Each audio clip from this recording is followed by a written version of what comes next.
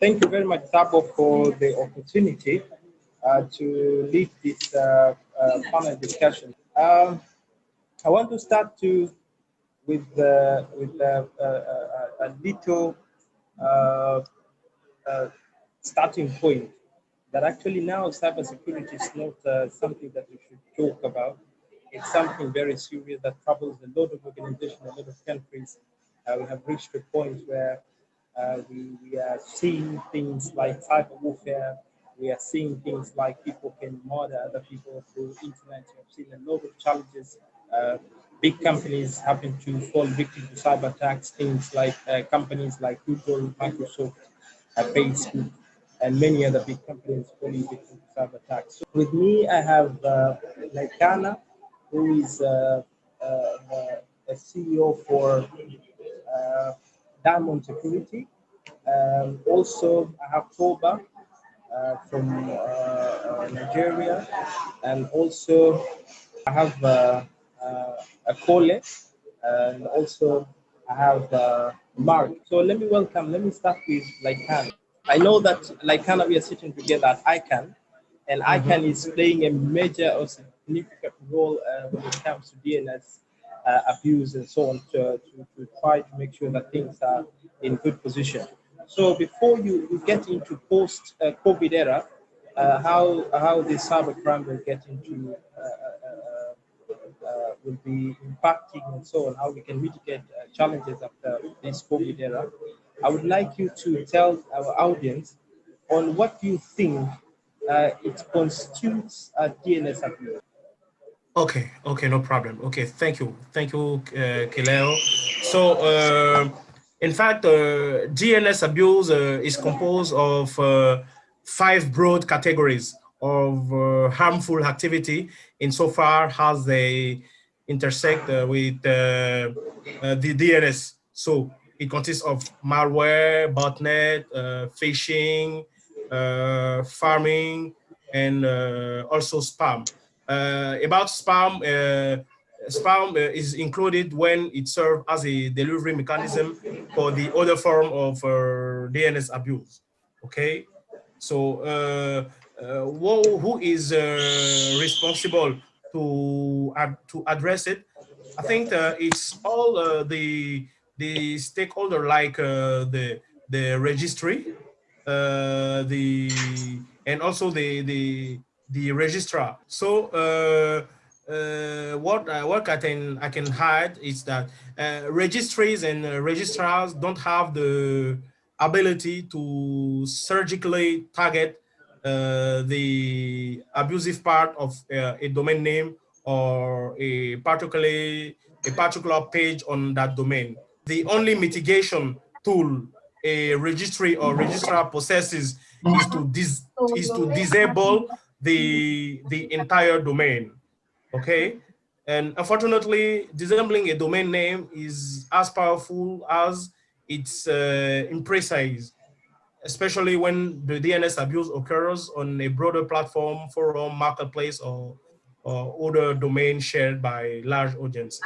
This is my point of view regarding that. Do you have any examples of DNS threats and how these things impact on occurrences of the threats?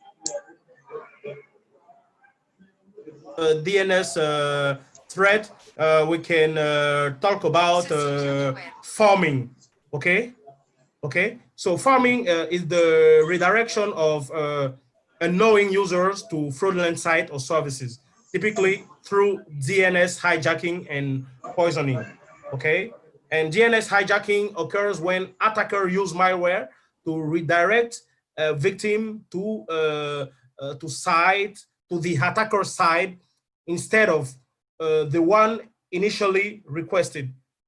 Okay, so DNS poisoning causes a DNS server to respond with a false IP address bearing malicious code. As I said, I will talk about cyber threat mitigation in post-COVID era. Okay, as I was saying, the coronavirus has changed the way we work and where we work, and many organizations now adopt new solution and collaboration tools like Google Meet, Microsoft Teams, Zoom, and so on and so forth, so that they can be able to have meeting, they can be able to still work, even if they work from home, okay? And such a fast-paced digital transformation has also exposed several shortcomings associated with our remote workforce. The FBI, after some research, the FBI Internet Crime Compliance Center has seen a 400% spike in coronavirus-related cyber attack within the last 6 months. And based on that, some proactive measure has to be taken to safeguard the infrastructure. The proposal number 1 is to implement secure VPN and firewall management initiative. Okay, and despite having encryption in place, threat actor can still exploit VPN and access on organization network. Prior to COVID-19, large organization had minimum VPN traffic due to employees being on site. And given the risk, organization must carefully consider which VPN is best suited to accommodate the remote workforce, and also ensure bandwidth and connectivity are evenly distributed. Limiting VPN profiles to company devices also helps protect organization as it decreases the likelihood of unauthorized access. Point number 2 is meeting audit and compliance requirement during rapid digital transformation. And embracing digital transformation is no a simple feat, as organizations must audit which software complement the infrastructure.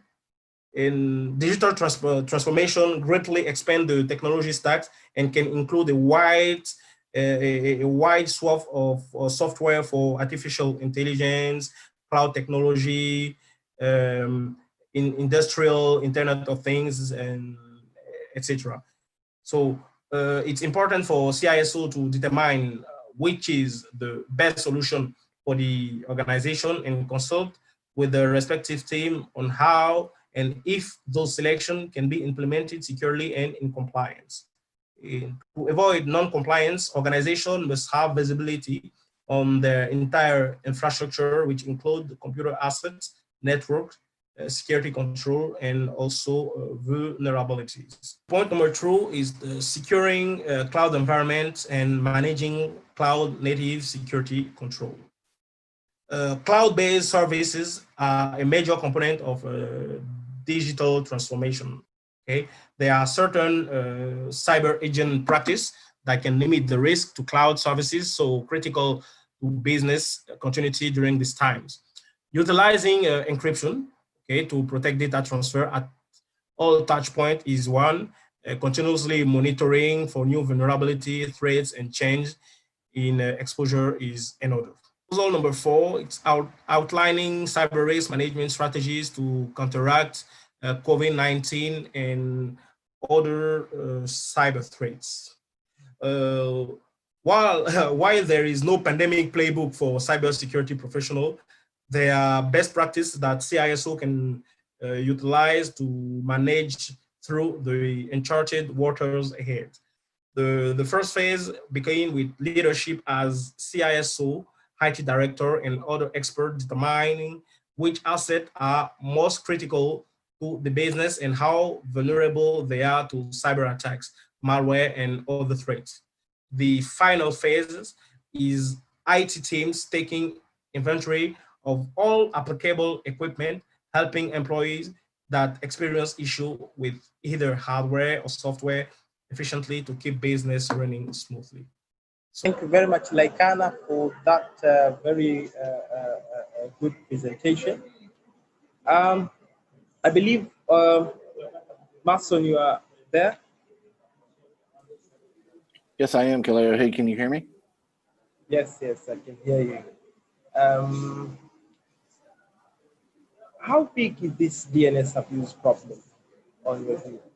Well, first of all, thank you very much to my friends for inviting me to the summit today. It's a pleasure to be with all of you. To your question about how big the problem really is, there was a study by the Inter Isle Consulting Group in October, which is just last month. And during the study period, which was May 1st to July 31st of this year, phishing reports, this study dealt mainly with phishing.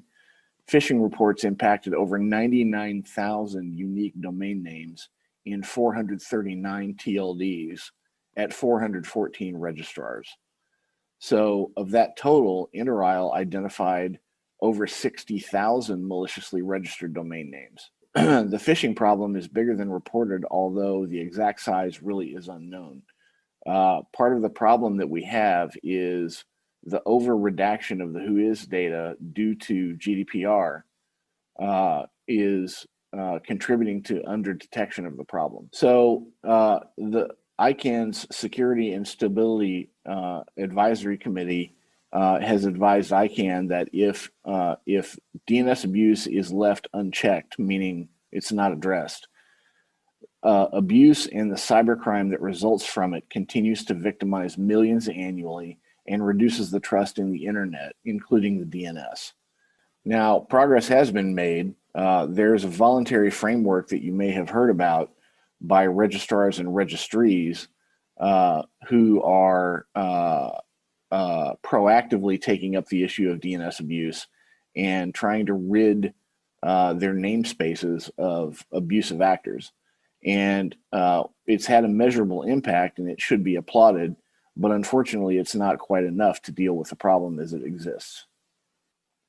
So what do we do about this? There are opportunities here for ICANN to act based on their contracts. And we can do things like clean up what's called the low-hanging fruit, these 8 to 10 known bad actors that create the biggest problems in the namespace. And they can do so now with the tools that they have under their contracts. There is an ongoing argument about a definition of DNS abuse. And I don't think that we should get bogged down in understanding what DNS abuse, what a definition really is, because it's something that we all know exists and we can deal with it.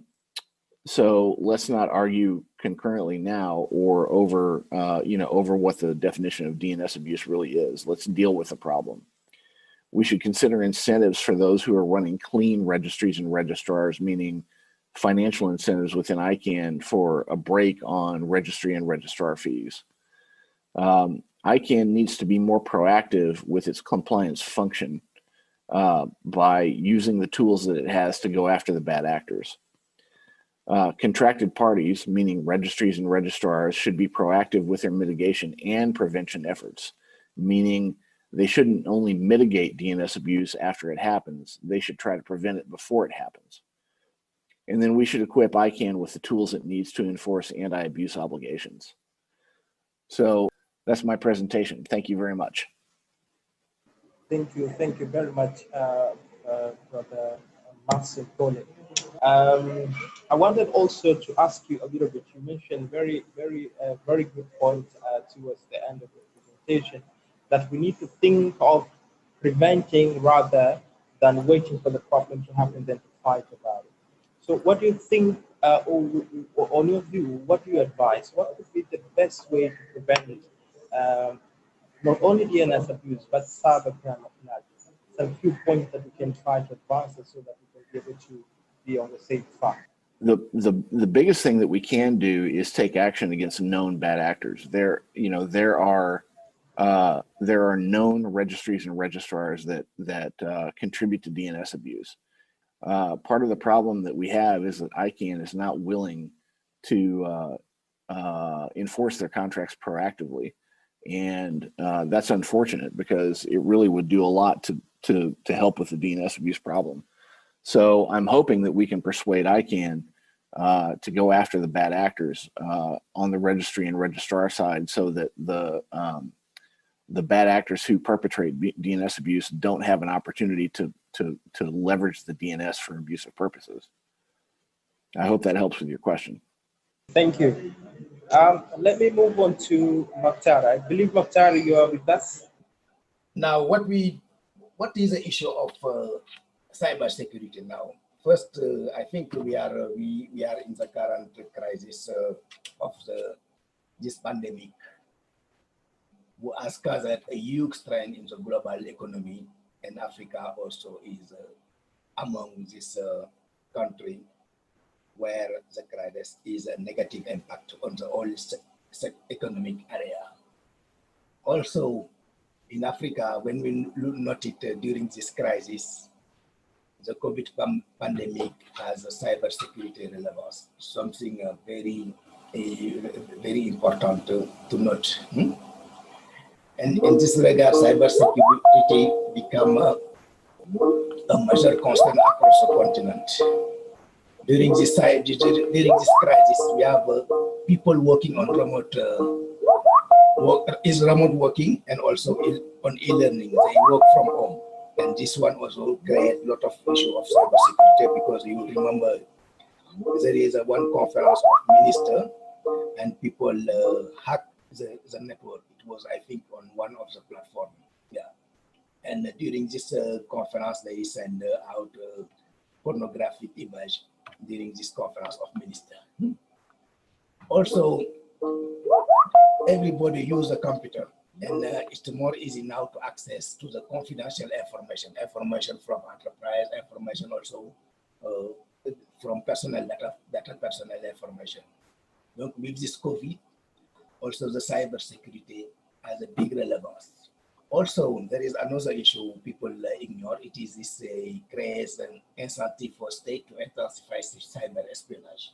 A lot of countries use this COVID issue to have a better control on what the citizens do.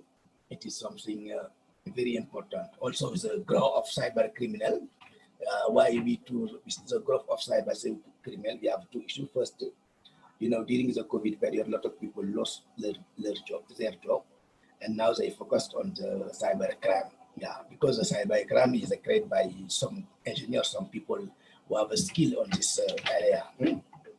And in Africa, the number of attacks increased, such as the attack when we have the website, some bank, some financial institution website, and now we have some statistic in March. We have an increase of 66% in March, and now I think it is more. And the question is now how to stay online in the time of the COVID and also post-COVID, because we have a lot of issues during this period. And what the challenge, we talk about the challenge. There are several challenges in Africa. Why is cyber security become a big issue? But despite we have some increase of awareness of cyber security issue in the continent, a lot of continent now take into consideration, a lot of countries take into consideration the importance of the issue of cyber security. But the real challenge exists, because look at now the internet penetration is growing. If it is growing, it is people have more access to the digital device, to the digital service, and this one also is create another challenge for cyber security. Yeah, is facilitate cyber security issue, because we have now a lot of access. The mobile telecommunication also, as well as the e-service, like this mobile money service, this e-application, this fintech, this e-learning platform, e-health platform, e-commerce platform, they are growing. And this, when they grow also with the rate of cyber security. In Africa, we have a lot of challenges regarding the legal. Which country has a provision of legal provision to fight cyber crime? Few countries. Yeah, few countries. And let me give you a global picture on the situation of data protection. When you look at African country, it of says as have requested to develop the cyber security convention for Africa. It was adopted since I think 5 years, and now you have only now it's 6 countries who ratify this convention. It become a serious problem, political problem. How each of station recommend to develop this AU convention on cybercrime, and few countries now adopted this, ratify this. It is a problem, and people prefer to use a Budapest Convention or another convention, and they don't want to use this African convention. It is a problem, and we are in Africa, and it is create big problem also for this cyber security issue in Africa. Now to come to your last question, how we can fight issue of cyber crime or cyber security issue in Africa. I can talk about what we did at UNECA. First, I talked about this convention of cyber security and guideline for data protection adopted since 2018. ECA also created a digital team to support African countries. The digital team is within a digital center of excellence on digital ID, digital trade, digital economy, established in 2018 to support Africa, to build the capacity to support generally African country for this digital technology for their development. And there is one focus on on cyber security. There is a team working on cyber security, how to build the capacity of African country to mitigate the issue of the cyber crime. Yeah, and also to develop a focus on regulatory framework. What kind of regulation we should have put in the country, and also at the regional level and at the continental to harmonize the several framework. The good news is we adopted the digital the digital transformation, Africa digital transformation strategy. And this digital transformation strategy, one important component is how country can fight cybercrime.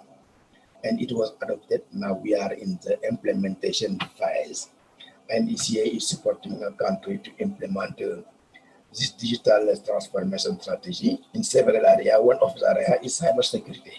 But you know, the big issue now for the cybersecurity in Africa is the issue of data. Yeah, how data is used, how they use data in the country and outside the country, and who use the data and for what purpose. It is a big issue now. Yeah. And we are working on the member state to help them to answer all these questions and to put in place the right application. Yeah, to save their sovereignty. It is something very important. Also, we encourage African countries to work together because the issue of cybersecurity is not limited at the country level. Yes, so I am. I'm good. Here. Good afternoon. So I just want first to ask you one little question. We have seen organizations falling victim to these cyber threats, cyber attacks. We have seen organizations from telecom companies, banks, to other institutions across the globe falling victims. But few of them spoke of these challenges that they're facing. As a result, customers are not aware that, for example, their data happen to be in trouble. So we do have this, one of the very serious challenges that we currently see. So what do you think should be the solution to these organizations to be able to provide details of the challenges that they're facing without any fear? Thank you so much for that question. The truth is that as more and more African countries begin to embrace data privacy acts and laws, one of the requirements for most of this is that when there's some sort of breach, or when there's some sort of illegal access to the data, of any entity, the entity has a responsibility by law to make this information known. I'm sure that we are aware of several global companies that have announced that they were victims of cyber attacks over the past few years. That's because they were required by law to actually state whenever this kind of breaches happen. So I would expect that as more African countries begin to embrace data privacy laws, I think that these entities will have no choice but to reveal when they do have some kind of breaches and attacks. However, I can imagine that many organizations and companies are naturally a bit concerned because for many African countries, there's already very low trust in these organizations. And whenever breaches like this happen, if it's not handled properly, it could actually lead to loss of revenue and loss of trust from the customers to the organizations. And so I can imagine that many organizations may want to manage that information to ensure that customers don't get to know what exactly is going on. But of course, customers have the right to know what's going on, especially if these organizations are responsible for keeping their data, their information, and other things like that. I also have a presentation. I don't know if I can proceed. I know that we have that. That's why I wanted to ask you these particular questions, because I think the major problem, personally, I've been in the field and trying to help many organizations resolve in cybercrime related issues. But these happen to be one of the problems that most of these organizations fear to talk about their challenges, thinking that probably they may lose customers, thinking probably their reputation may go down, thinking probably many other reasons that may have. So how do we manage to convince these people to be able to understand that they are responsible to tell us that they have issues and they need to take action, so that at least we can be able to have faith in them that they can be able to protect our data and information that we trust them with? Well, I still feel that the most effective way is by governing laws. I think that once we have laws that require that organizations review when there are data breaches or when they have some kind of cyber attacks, once this is in place, these organizations will have no choice but to do that. I think that generally most organizations will only make decisions that favor them from a financial point of view or from a legal perspective. So I think that's the most effective way. But aside that, I think it's a bit more difficult to convince organizations on the way they handle and manage this information if they are not required by law. Because, like you rightly said, many would see this as giving too much information about what's going on, especially when there's an attack, could actually lead to a loss of trust from their customers and also loss of trust from their brand as well. I mean, even in the case of several organizations globally, like Yahoo, when Yahoo reported, the massive data breaches that happened, it led to a lot of lack of trust, and a lot of conversations were going on about if Yahoo can ever be trusted to be a top organization when it comes to emails. And of course, that loss came by because they had to review the data breaches. In fact, from some of the news I gathered, they actually reviewed the data breaches actually some years after it actually happened.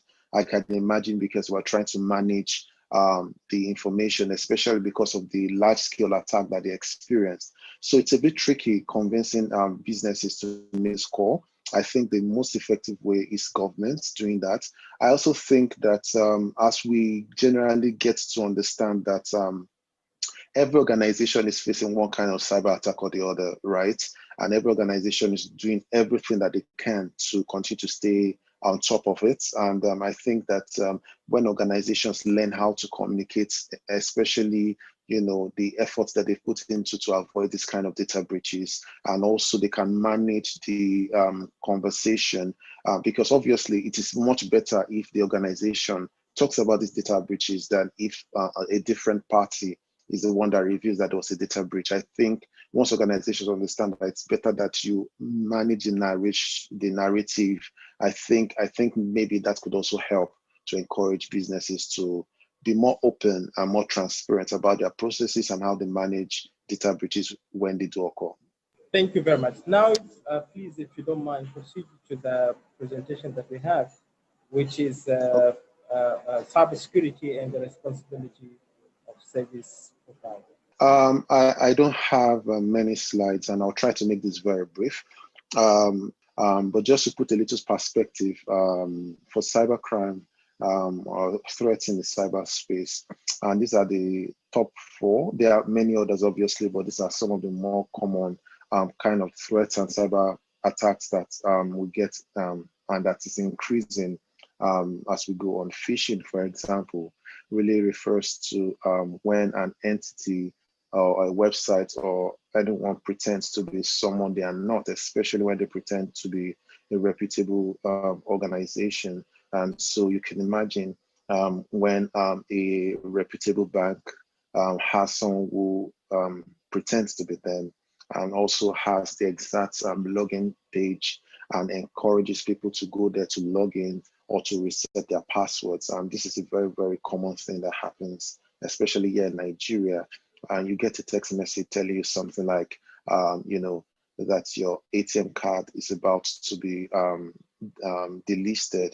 But before, to prevent that, you should log into this portal and enter your PIN code and several other things that you should naturally not reveal to anyone, right? Or in some cases, these websites look exactly like the bank's website, and you'd log in not knowing that you're actually providing the bad actors your login details. And so that happens a lot. And in many cases, these attackers use, they hack into regular websites. So even the owner of the website may not be aware that his website is actually hosting phishing content. And, you know, what they do is that they hack several websites. So even if one is taken down, they just move on to the next one. And that makes it even much more difficult to manage. And then we also have malwares, which are basically infections on websites, for example. And these infections are then used to commit additional crimes or additional cyber attacks on other resources. So imagine when you have, say, 1,000 websites that have the same malware on them, and maybe the purpose of that malware is to attack another resource. And so what that means is that they could actually all be activated from a remote location, attacking a single device or a single network equipment or a website, as the case may be. In some cases to take them down, in some cases to perform something called a brute force attack to try to gain access by guessing possible passwords. And so these are some of the other things that bad actors also do, compromising websites. And in many cases, the owners of the website are even unaware that this is happening. Another very popular threat is what is called distributed denial of service, which is becoming very common, even for either small or even large digital enterprises in the space. So what that basically means is some bad actors basically, after compromising several thousands, or in some cases even millions of computer or network devices, then they now activate all of them to attack a single network with the purpose of ensuring that that network can no longer handle legitimate traffic. So you imagine a scenario where you have, say, let's assume Google as an example. Now, Google has the capacity to manage quite a number of users, right? But now imagine if by estimate, Google has estimated the average number of users they get per day, but then due to these DDoS attacks, they get like ×5 of those numbers. Of course, if they don't have necessary protection in place, for example, what that simply means is that Google would not be able to take in more traffic. And of course, you can imagine for a service like Google how expensive or costly that kind of attack can be. And these kind of attacks are targeted towards banks, targeted towards any major enterprise or business, and even small websites as well. And of course, the last one on my list is ransomware. In this case, the attacker gains access to your resource and then scrambles or encrypts, all your very, very important files. And then they tell you that, for you to gain access to this file, you have to pay some amount of money. So these are some of the attacks that happen. And in the space where we operate, we find ourselves in a unique position where sometimes we have some of our customers being a part of the problem. And in some cases, some of our customers are unaware, but they are actually, their websites or their resources are compromised and then become a part of this issue. So over the years, attacks have become very, very prevalent. And the internet, as it is, it's very, very open. And that openness makes it easy for just everyone to get online and to do business. But unfortunately, that openness also leaves room for a lot of bad actors to, commit a lot of crimes and to do a lot of things. And if not checked, it can become very disastrous. So it's very important that providers have a very strong, responsive abuse team that can respond to reports that are sent in immediately. So we have several agencies and organizations, many NGOs around the world that have developed a system where they can either automatically find when there are some of these abuses are happening, and also identify the provider who hosts some of this content, and then they then contact them. The second is that developing very robust policies and legal frameworks that obviously discourage this kind of services from being hosted on platforms. Over the years, we've seen service providers, data centers, ISPs, and the likes have become even stricter when it comes to content being hosted on their site, on their services, and being used to commit cyber attacks and cyber crimes. And so before now, things were a bit more lax, but now they are very, very severe, and they are very, very, there's an expectation that even though you may not be the one responsible for the attack, as long as the attack is coming from you, you are responsible for it. So you are given a very short time to respond and act, otherwise the service may be disconnected. So once we start having robust policies like this, what that means is that everybody understands that they should be responsible to secure their own devices, secure their own networks, secure their own, network of things, or their scripts or their applications. And also another reactive system is also very important, having automatic trigger systems. Of course, this depends on the kind of provider or service provider, but once we have automated trigger system, it makes it easier. Once we're able to track certain matrices, some attacks are very similar, and so once we have systems in place that can, watch out for certain kind of packets or certain kind of activities, and based on that can probably send a warning or stop the system from continuing to attack. Once we have things like that, it becomes a little much more difficult for these actors to get away with these things. And of course, having active manual monitoring systems, ensuring that, we don't just let everything happen. We have a team set up in place that can monitor what's happening with networks. I think that once we start taking cyber attacks more seriously, especially from service providers, and if we can see a general response like this all around the world, I think that cyber attacks may not necessarily stop, but we'll see a reduction generally. But besides reactive measures, I also think it's very important that we have proactive measures. Proactive measures mean we don't wait for these attacks to happen. We don't wait till when the compromises happen before we react, or we try to create systems to try to reduce them from even starting off in the first place. The first is investing in security and encryption systems. This is a bit more difficult, especially for shared hosting providers like myself, because providers like us, our services are basically very, very affordable. And of course, even in security solutions basically increases our costs. And of course, transferring those costs to the customers make it difficult for us to do business. But it's becoming more and more important for us to invest in security solutions that protect our users by default, instead of waiting for the users to pay additional for these things, especially since we're in the world that we are. We should also even force, where possible, automatic updates, because we've also realized that many attacks happen because users either because they don't know they should, or they don't know how to go about it, don't update their applications, don't update their scripts, don't update their OSs and the likes. So I think that developers and even service providers can start creating systems that make it more automated, so that users don't even have to do anything and certain things are updated, because once they're updated, they're also patched as well. Also, building robust verification and logging systems. One of the things that we've seen in African countries, Nigeria inclusive, is that some of these bad actors, they actually are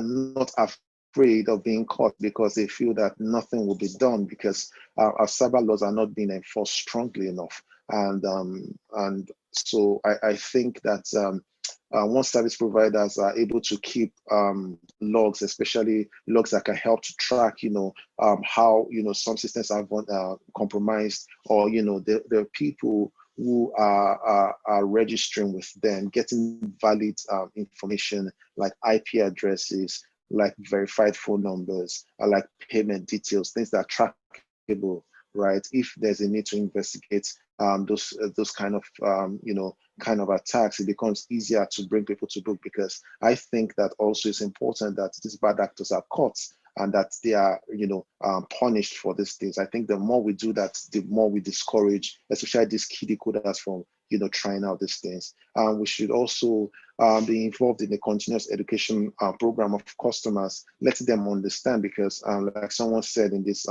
session, the internet is such that everybody's getting on board, but not everybody's on very knowledgeable on the fact that there are certain things you need to do to protect yourself and to protect your resources. So we need to continue to encourage people, very, very basic things like using very strong passwords, updating all your scripts, and making sure that, you are careful when where you download things from, And of course, the final point here is that I think that service providers need to engage and collaborate more with relevant legal law enforcement agencies, because I think that it's something that we all need to be a part of. It's a conversation we all need to be part of, because if cyber attacks continue, it's going to affect businesses, it's going to affect countries, and can become very, very disastrous. I think that we really need to invest time, effort, money, and education in ensuring that we protect the cyberspace for all.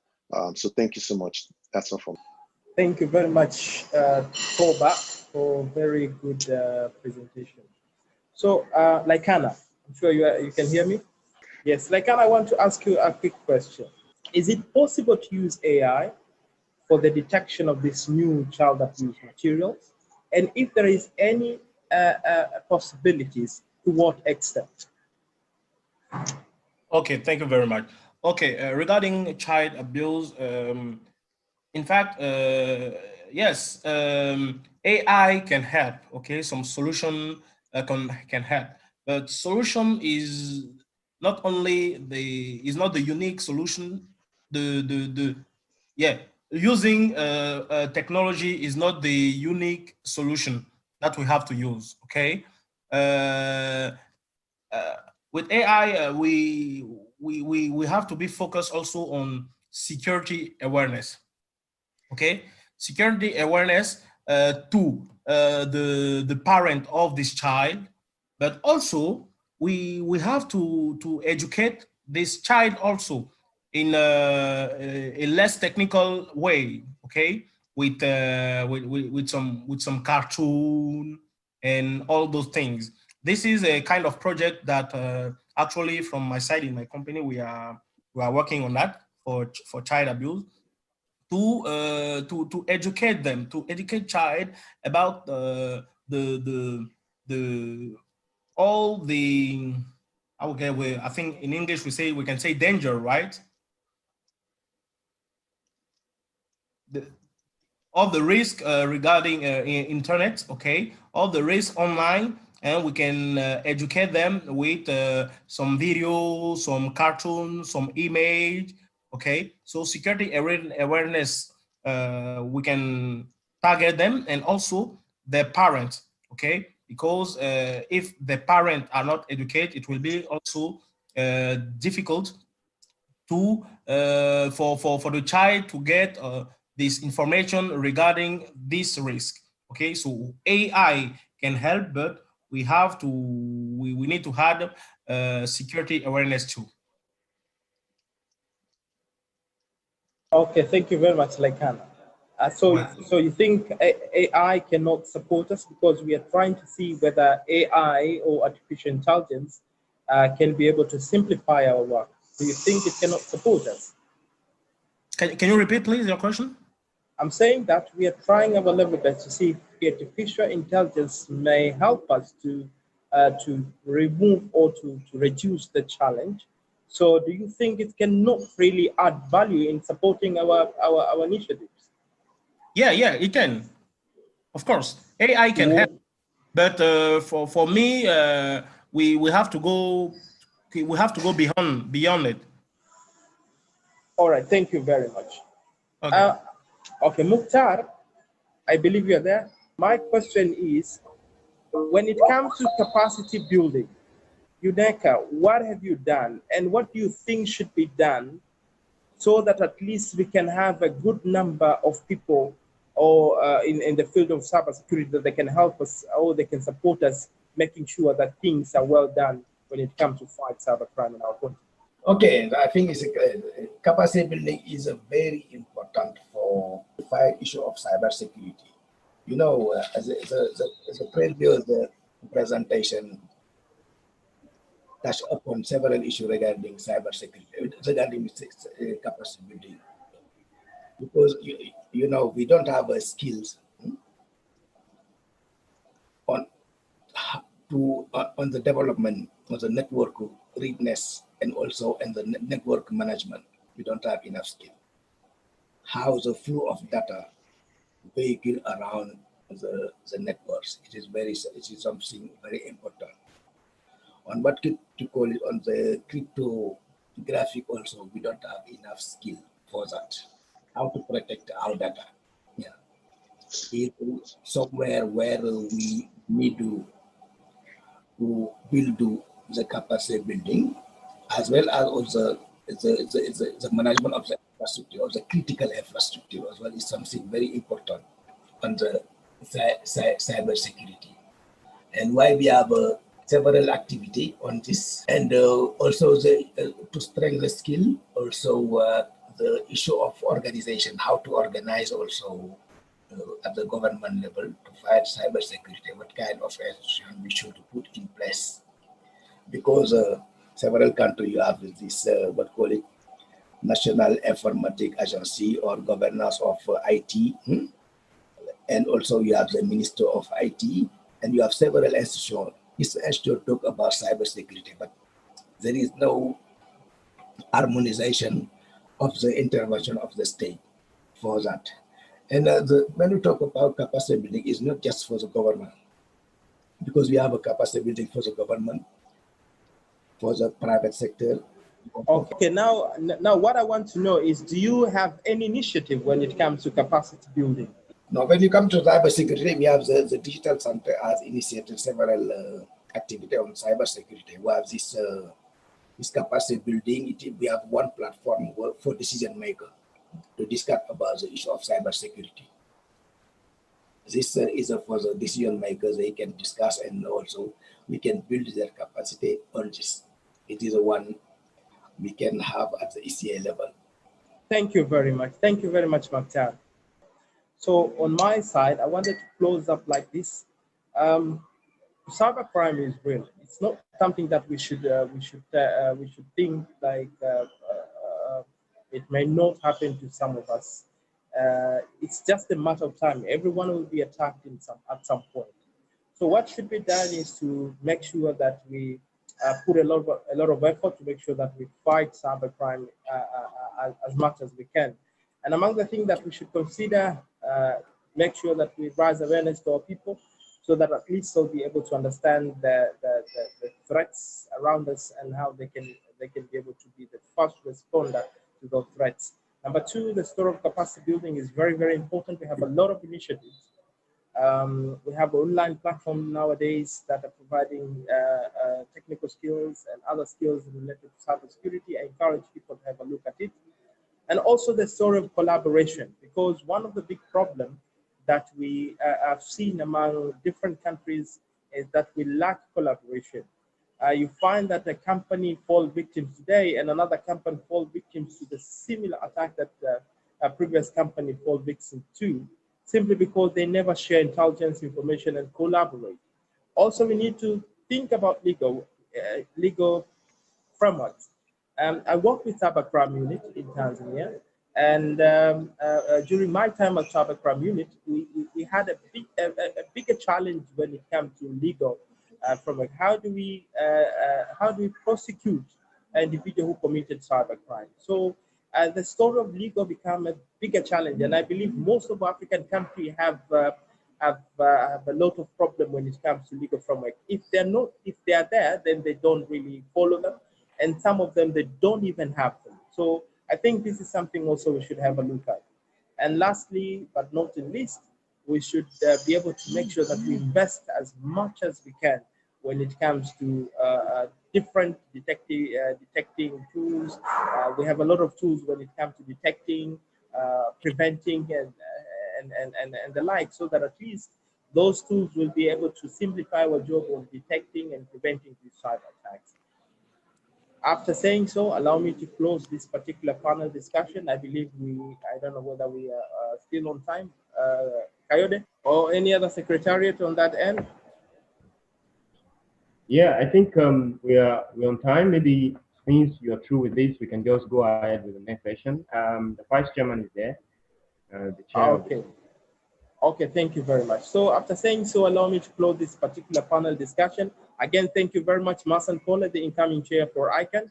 Thank you very much, Maktar, from INECA, and also Laikana from Diamond Security, and Toba Obanini from the CEO of Wogos Limited in Nigeria. My name is YUSUPH KILEO. It was very good having you, and it was wonderful discussion. I really learned a lot from you. Thank you very much, and have a lovely afternoon.